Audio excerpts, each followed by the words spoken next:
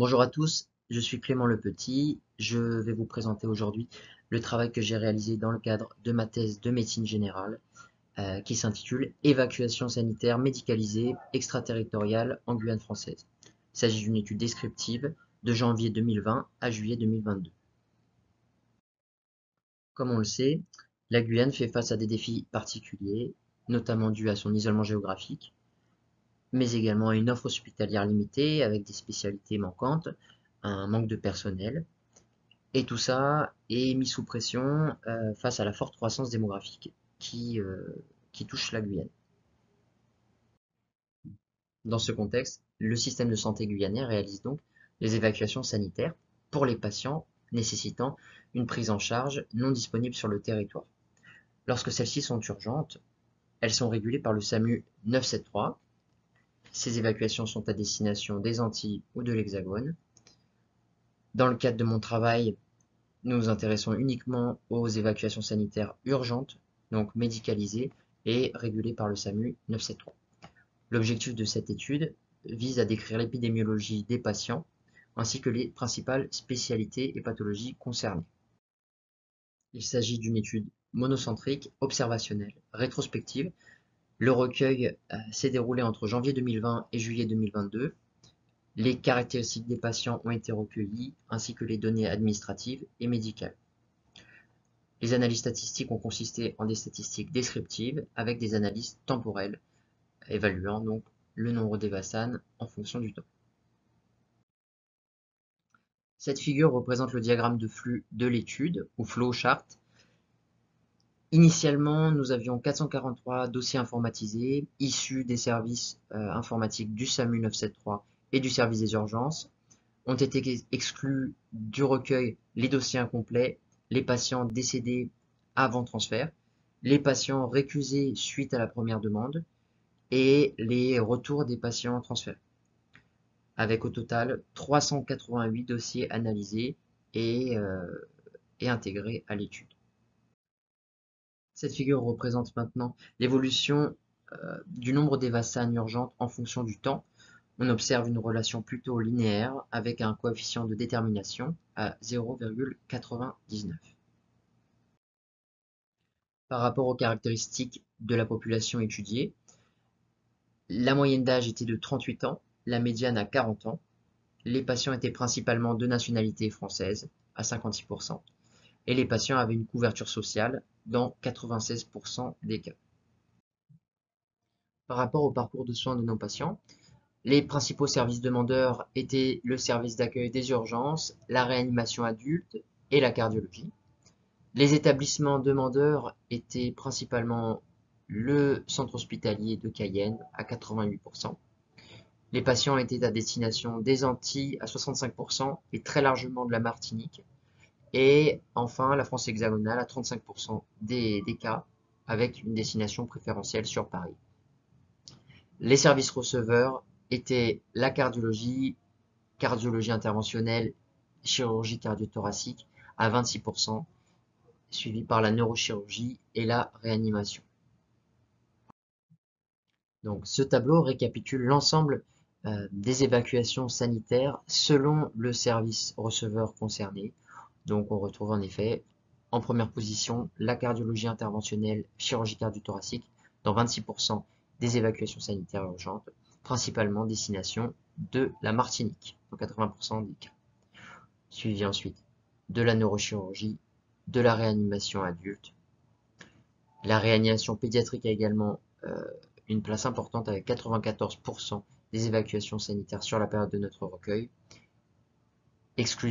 presque exclusivement à destination de la Martinique.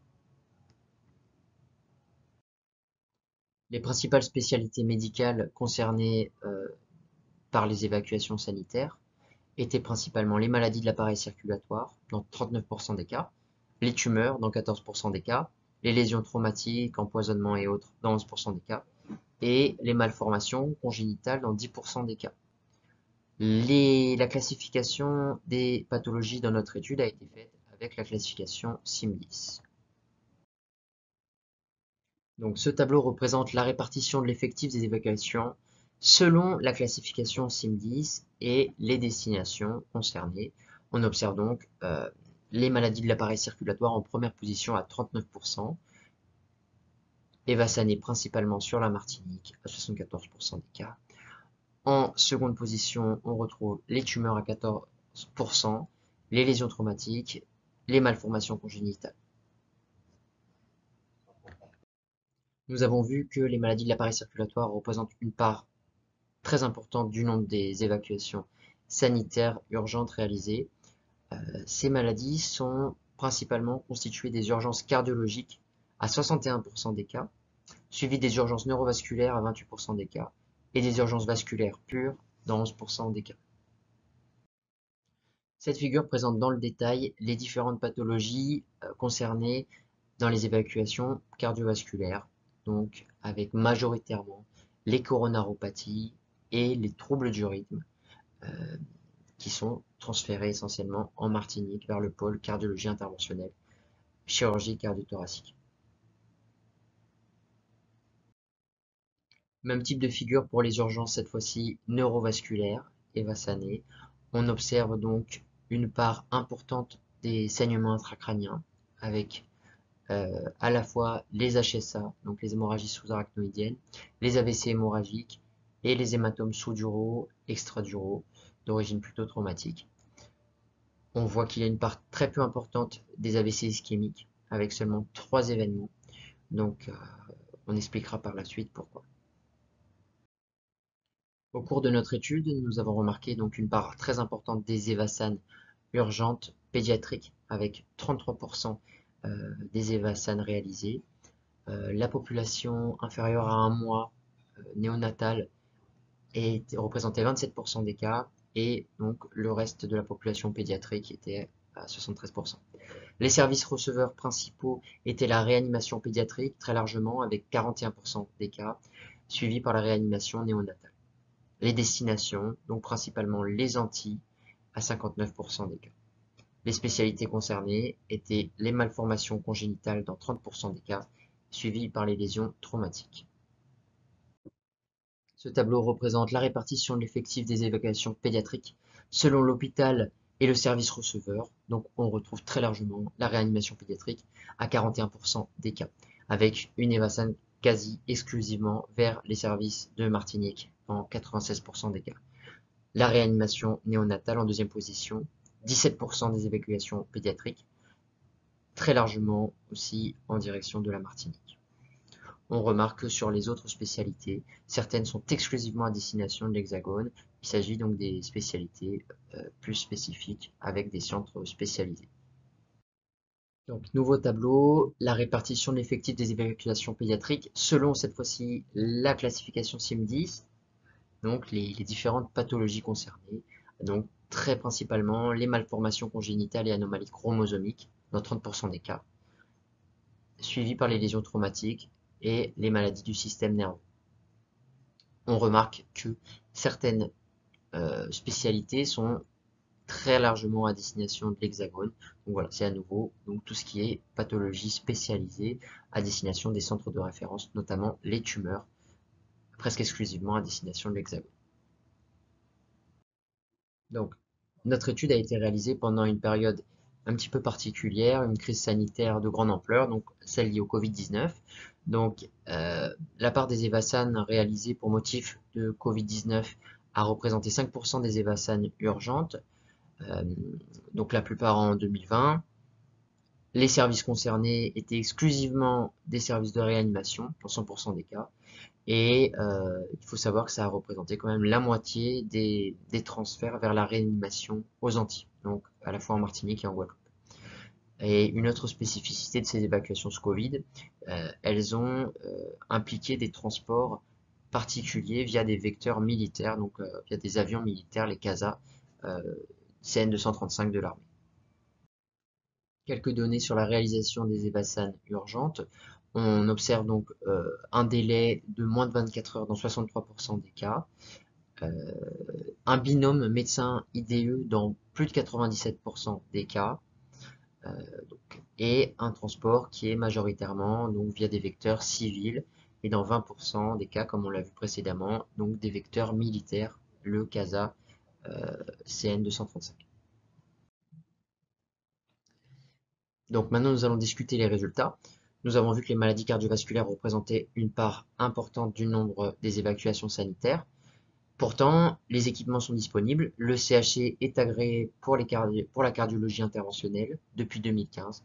Malheureusement, ce qui fait défaut, c'est les ressources humaines, avec un seul cardiologue interventionnel en poste au moment du recueil, sachant que les choses ont évolué un petit peu depuis. Euh, Tout ça est à mettre en relation avec un impact sanitaire important et une mortalité du SCA, donc des pathologies coronariennes, et une mortalité du SCA ST+, qui est bien supérieure à la métropole. Ça avait été démontré dans une étude euh, guyanaise avec plus de 32% de mortalité. Une des solutions envisagées, c'est bien sûr renforcer l'attractivité médicale afin d'avoir un recrutement suffisant et de proposer la coronographie d'urgence euh, à tous les patients guyanais. Concernant maintenant les maladies cérébrovasculaires, on observe en Guyane une surmortalité de l'AVC avec plus de 15% de mortalité supérieure par rapport à l'Hexagone et également plus d'hospitalisation par rapport à la moyenne nationale, de l'ordre de plus 40%. Pourtant, en Guyane, tout est disponible au niveau diagnostic avec scanner et IRM présents sur les trois centres hospitaliers. Ce qui fait défaut, c'est encore une fois l'offre thérapeutique, donc avec une absence de service de neurochirurgie au moment de notre étude, une absence également de neuroradiologues interventionnels, notamment pour les pathologies ischémiques et la thrombectomie mécanique. Et voilà, il est à noter qu'il y a eu des modifications récentes qui ont été faites après le recueil, et donc notamment l'ouverture d'une unité neurovasculaire et d'un service de neurochirurgie au centre hospitalier de Cayenne. La population pédiatrique a été particulièrement représentée dans notre travail, avec donc plus de 30% des évacuations sanitaires. On retrouve en moyenne 20 transferts urgents par an pour des motifs de réanimation pédiatrique, donc ce qui est à corréler directement avec l'absence de services de réanimation pédiatrique sur le territoire. Par ailleurs, les cardiopathies congénitales représentent la principale pathologie évacuée, donc ce sont des évacuations vers l'Hexagone et des services spécialisés, notamment de chirurgie cardio-pédiatrique. Enfin, les pathologies tumorales euh, sont également énormément évacuées et principalement vers l'Hexagone. Donc ceci également en relation avec l'absence de services d'oncologie pédiatrique et de radiothérapie sur le territoire.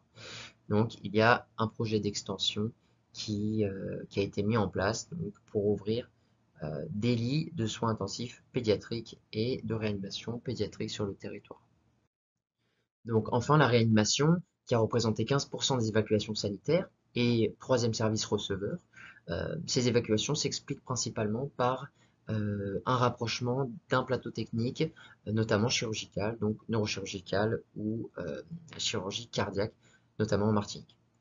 Il y a également des transferts vers l'Hexagone, avec des services plus spécialisés, comme les grands brûlés et les services de transplantation. Enfin, l'impact de la crise Covid-19 sur les évacuations.